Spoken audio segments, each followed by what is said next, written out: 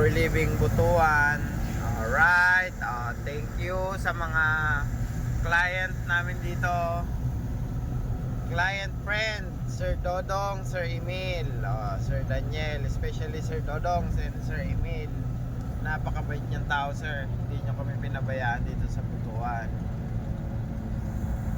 Alright, yung promise ko sa inyo na maglalagay ako ng shop sa Jensan para maintain natin yung mga unit nyo. I mean it. So mangyayari yan. When I say 1 million kilometers, dadalhin natin yan sa 1 million kilometer rating yung mga odometer ng mga trooper nyo. Hindi lulubog. So thank you very much, Sir Emil, Sir Dodong.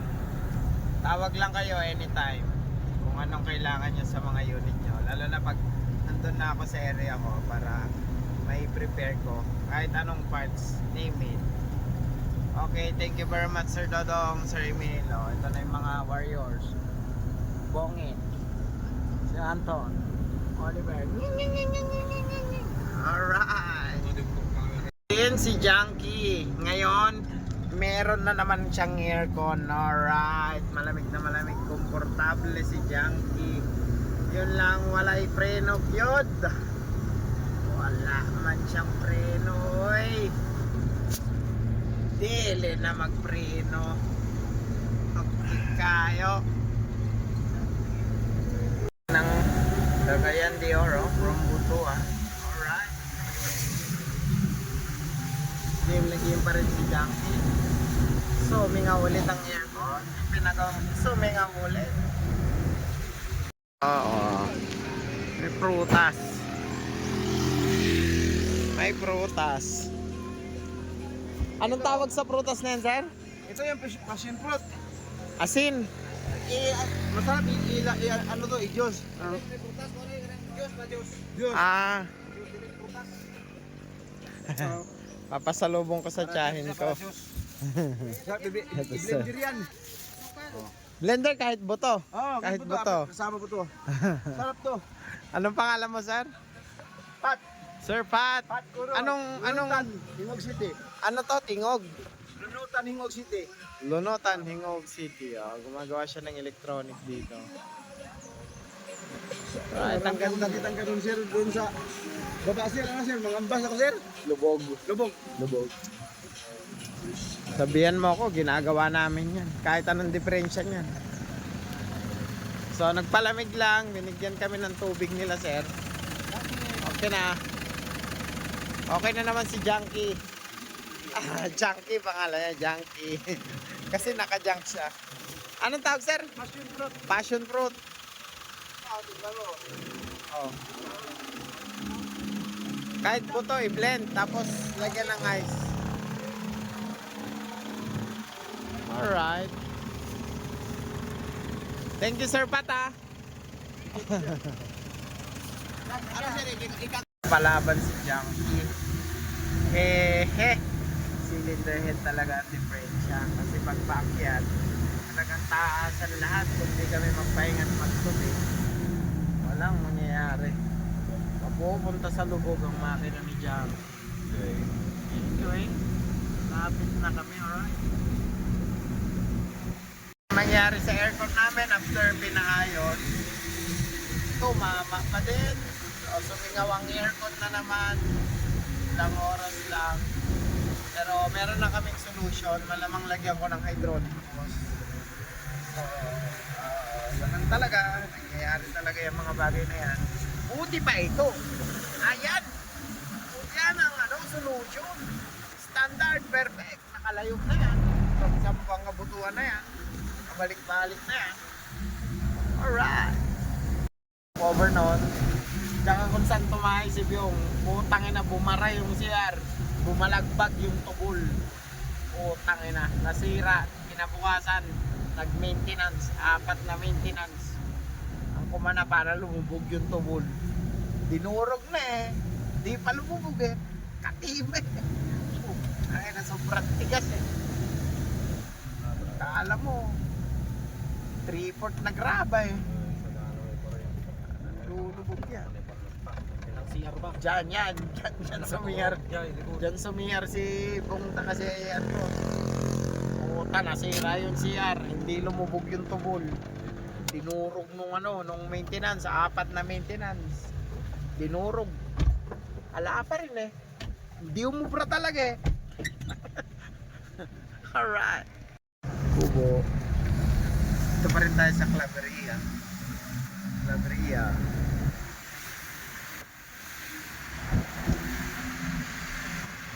Junkie.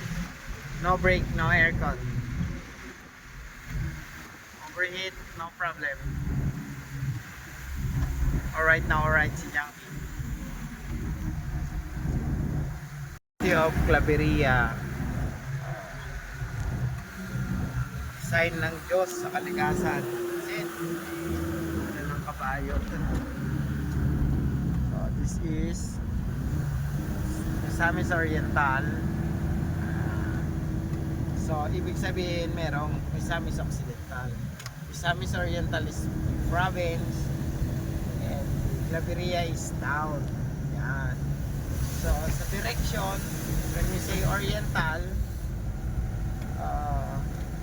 doon siya sa east side. East side. So eastern part ng Misamis. When we say Occidental, kasi meron ding Misamis Occidental, doon naman siya sa western part kasi siya yung consonant on the other hand of Oriental is Occidental. So hindi siya pwedeng north, hindi siya pwedeng south. So west. So that's Cagayan. Sa part na yan, Cagayan. So bakit naging east ang Oriental? Kasi sa akin yung pananaw ko, yung Philippines is Pearl of the Orient. O, yung Orient is Oriental and yung Philippines is matatagpuan mo siya sa eastern part ng globe. So Misamis Oriental is on the eastern part. Alright, and Misamis Occidental is on the west part. Yeah. So dito tayo kakain. That's siguro doon ang Cagayan. Wow. It's a cliff. The beauty of Misamis Oriental. Alright. Ganda. I think doon ang Cagayan. Cliff. Then dito kami sa restaurant. Yan. Kidagang. Ganda. Yun no.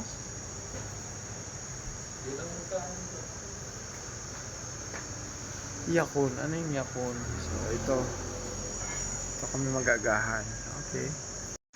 You are now in the valley between Mount Lumot and Mount Balatucan, Apo sa Kahoy, Claveria, Misamis Oriental. And you are now in between you are now in the 9 to 10,000 feet above sea level. 9,000. Yeah. 10,000. Kaya pala parang bagyo. Dito. So more than pa. So this is Yakun. Yakun originated in Peru, Brazil, South America. And constipation is the mother of all diseases. So if there's a mother of all diseases, there's a father, there are children. So lahat is nandito. But we have to vacate it. We have to flush, to cleanse, to the CR, to 3 times a day. And after such, we all become very, very clean and very healthy and sound. We have all to flush the bad cholesterol, bad calories, all the cells of cancer, all the whatever that is, all the residue that we have eaten, all to be flushed daily, 2 to 3 times a day, not only once. So by using this is a small laxative. You could do it to effortlessly. We could go to the CR 2 to 3 times a day, and that will become very clean and healthy inside, because good health starts with the gut and ends in the gut. So we will not bring garbage inside our body wherever we go, but we have to cleanse, to flush, and eating yakun, it would become very achieved. Yakun kami sa Aerocraft. Yakun is a fruit of the soil, bearing the name as the apple of the earth. It is the king of the fruits in the whole world, and that it is the only way to survive. Fill it out. Under the process of oxidation, it will oxidize under the skin, Because under the skin of yakon is a dominance of folic acid, and what is folic acid is the one who cures cancer, diabetes, high blood, whatsoever. And it will protect your kidney, pancreas, and your liver. Langga, no? So it is like this. Oh. Hindi ako dito. So kaya, Hindi siya tumutubo sa hindi malamig. Kaya, sa pinaka. I think sa hindi malamig na lugar. Pwede, turuan ko kayo ang tapos natin. Okay? Rachel! Tita Letty. And she is Tita Letty, the owner of the place. Saan ba yan? Yan, Yapon. This is Yapon. You speak English. You, Anton, ano? you put the chicken in the box. Chicken cubes. Chicken cubes. Baka tumakid din eh. Box mo na okay na yan. Ang ganda ng place, yung Tita Letty. Tita Letty, right? Tama? Yes, naga? Tita Letty. Yung name mo? Evelyn. Tita Evelyn. Tita I'm sorry, Evelyn. Tita Evelyn. So ito na siya. Pag may psoriasis lang ga, you have to rub this over the affected area. Psoriasis ang anak ko. Psoriasis, oo. Yeah. Sa... Oo. So you rub this like that. Psoriasis. Ganun. Ha? And then pag wala, ilaga siya. Go for osteoporosis, arthritis, rheumatism, gout, kidney stone, gallbladder stone, kidney infection, urinary tract infection, even nagaihi tayo ng may nanat sa may dugo. Try the decoction or the boiled skin of yakun. It is the only way to survive. I'm a nurse by profession. Profession? Saan ka na, sa US? Sa Serve? But I'm already very old. Yeah. I'm already 71. That is why I'm no longer working. Na-try mo mag-generate ng salary na 100 per hour. Tama. 100 talaga yun sa amin. Oo. Pero wala na yun. We are already farmers. We are already going back home. Always remember lang going back to the soil every day. Because we are soil, we came from the soil, to the soil we will return. So only the fruit of the soil from the mother mom. The soil is our food, is our medicine. So 6 months under the ground, Yan na siya. yeah, tinanim siya. Nang lumabas siya, is soil siya. And then, inside is the water. Also, the body natin is, we are soil. 60 elements of our body composed of the soil. Maligo tayo 3 times a day, but if you scrub your skin, there is still a soil. But inside of our body is water. So, we are one with the soil, we are one with the fruits and the vegetables. So, we have to go back all to the soil, to the mother soil. Because our food is our medicine. God is created Yeah, human only- with soil. Always, God is the greatest physician. He know what to do. In your place, Mhm. it's created by God. Grabe, ang ganda. All of this Napaka-peaceful. peaceful. Kasi walang tao, katao-tao. Pero ano, Ay, ito yun. yeah. Bibili tayo niyan ng gamutin natin lahat ng cancer sa Tarlac. Lahat ng may cancer, come here. Tataniman ko kayo ng yakun. Ma, anong applicable na soil? Kasi yung... Sandy Anlom sa lang ga. Yun lang. Gusto mo bigyan kita ng pantanin? Yeah, I will teach you what to. We are in the... Oo, para meron kang Yeah, ano ko pa ang... sa Tarlac. Where in Tarlac ka mo lang ga man? Santay na. May layo. Si Marcos yung... Marcos? I don't like Si Marcos. Marcos. Si Marcos yung idol doon. I hate Marcos. We all hate Marcos. Idol. We hate Marcos yan. He is not credible eh. He is that so stupid. Sa una lang gaalis na. Maganda to kainin. Yeah, super.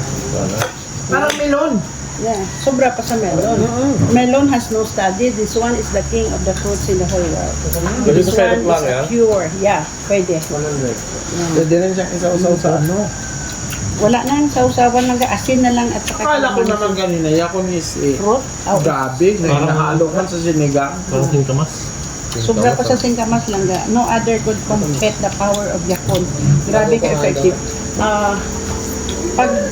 Pag pag walay baby langga, grabe to ka-effective. It will fertilize the egg. You know what, Mama Evelyn? Mhm. Majority of Ilocano hated Marcos. That's true. So, if they say that Ilocos is their baluarte, also na. Just like They're bragging. Duterte is baluarte is Mindanao. But, you know, Marcos is We are more safer when Duterte is. he would like to, he will pray. Duterte is coming. Sana. What we will do with Marcos? Oh my God. You eat langga, ha? Kasi. You eat langga more of this, and then I will teach you how to plant. But langga, Then bibili ako ng yeah, but there is the farmers, they are just like this langga. You buy 1 box of yakon. Anyway, it's only 100 pesos per kilo. So the 1 box is 25 kilos, so 2.5 siya. But I will give Hindi you. ko siya makauwi kasi ang maximum ko na binili kong baggage is only 40. Meron na akong 35 kilo na nag-aantay sa Jensan. So, Okay. I buy only 5 kilo. Okay. How about them also? Everybody? Hati-hati na kami kasi wala Okay. naman Sige, sige. Okay, okay. out of the budget. Okay lang sana yung isang box kaso wala naman kami pagbibigyan na ng Oo. Kasi if you kasi ito season niya ngayon and then very effective talaga siya. So pag season niya lang after 6 months na naman. So after 6 months wala na. Harvest. Kulat na naman tayo ng 6 months. Anyway, you could come back again maybe because your business is here in Mindanao. Is that so? In Jensan. You already planning to put a branch. Okay. branch in there. Oh, maybe you had 2 point. So anyway, I will give you the 5 kilos, but I wish you will buy the 1 box. But i-check-in mo kaya lang da. I-check-in mo sa idalong. Yun naka-check in baggage namin. Only for $2. Hindi yun hand. I'll buy it. Hindi. Sobra na rin ang mga carry namin. Kasi you're going back home. Yeah, So we yung have mga to- sasakyan ninyo, iwanan mo.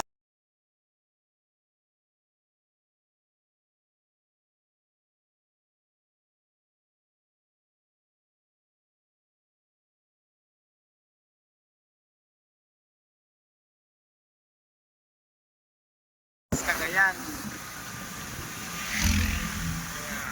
That's Cagayan de Oro. Alright, ayan na ang Cagayan de Oro. From Butuan. Ito na kami.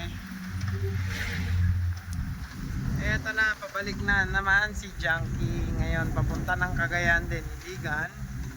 After Iligan, see you Sir Bob Madria. Sir Bob Lakay. Lakay. Kikita na rin tayo sa wakas. So that's Cagayan.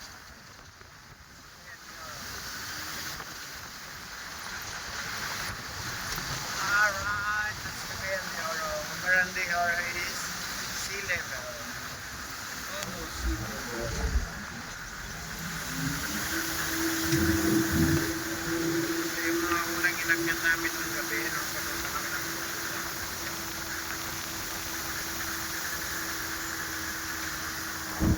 Medyo hindi masarap ngayon kung komportable si Junkie kasi na Junkie ang kanyang aircon. Musta naman?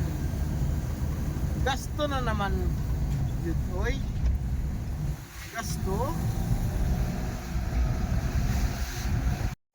Nasa silip na ang Cagayan.